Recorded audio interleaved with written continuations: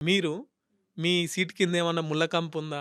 అంటే మీరు మాట్లాడితేనేమో బావుంటది. వాళ్ళు మాట్లాడితేనేమో నేనెందుకు బావుండదా? మాట్లాడినా, ఏ సందర్భంలో మాట్లాడినా అది మీకు ఐడియా ఉందా? నేను నాకు అవకాశం ఇచ్చినప్పుడు నేను అవును. ఇప్పుడు వాళ్ళకి అవకాశం ఇచ్చినప్పుడు మేము చాలా ఓపికగా ప్రతి ఒక్కటి వింటున్నాం. ఎక్కడ వాళ్ళని ఇంటరప్ట్ చేయలే, ఎక్కడ వాళ్ళని అడ్డుకోలే. వాళ్ళు ఏది చెప్పినా కూడా మేము విన్నాం.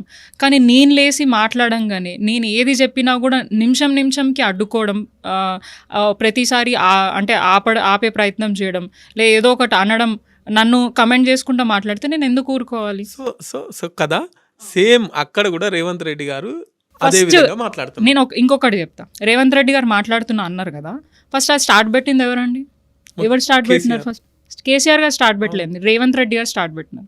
రేవంత్ రెడ్డి గారు, కేసీఆర్ గారు మాట్లాడితే తిట్టినట్టు ఎక్కడా ఉండదు. కానీ రేవంత్ రెడ్డి గారు ఏ మాట మాట్లాడినా కూడా బూతు మాట్లాడినట్టే ఉంటది. ఆయన కాకపోతే ప్రవర్తన తెలంగాణ యాసలో కొంచెం కేసీఆర్ మాట్లాడిండు కాబట్టి కొంత అది తిట్టు లెక్క అనిపియలేదు. రేవంత్ ఎక్కడ రెడ్డి అసలు తిట్టలేదు. ఇప్పుడు పేగులు మెడలు వేసుకుంటా, కోస్తా, కత్తులు పట్టుకుంటా, పండబెట్టి దొక్కుతా, గాడిది కొడుకులు ఇవన్నీ ఎప్పుడైనా మాట్లాడినరా?